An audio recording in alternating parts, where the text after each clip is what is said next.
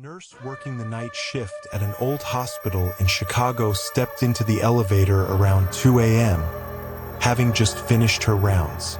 She had joined the hospital only 3 or 4 days prior. She pressed the button for the 3rd floor, but suddenly, instead of descending, the elevator began to rise.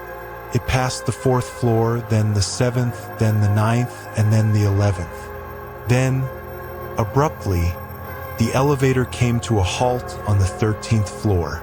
The nurse froze instantly. Suddenly, the elevator doors creaked open slowly.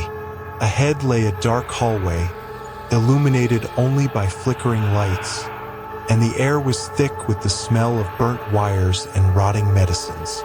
Suddenly, she heard screams echoing from the far end of the corridor, accompanied by the sound of a patient weeping and the scraping of metal instruments across the floor.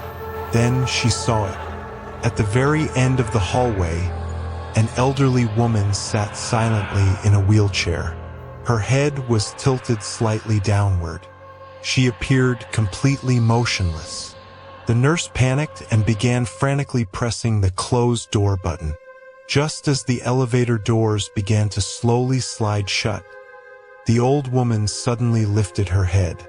Her face was horribly burnt, and her eyes had turned pitch black.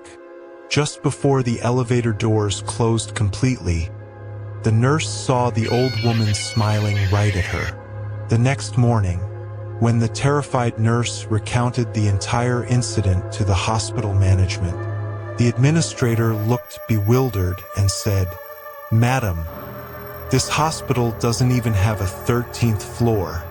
Upon hearing this, the nurse was utterly petrified.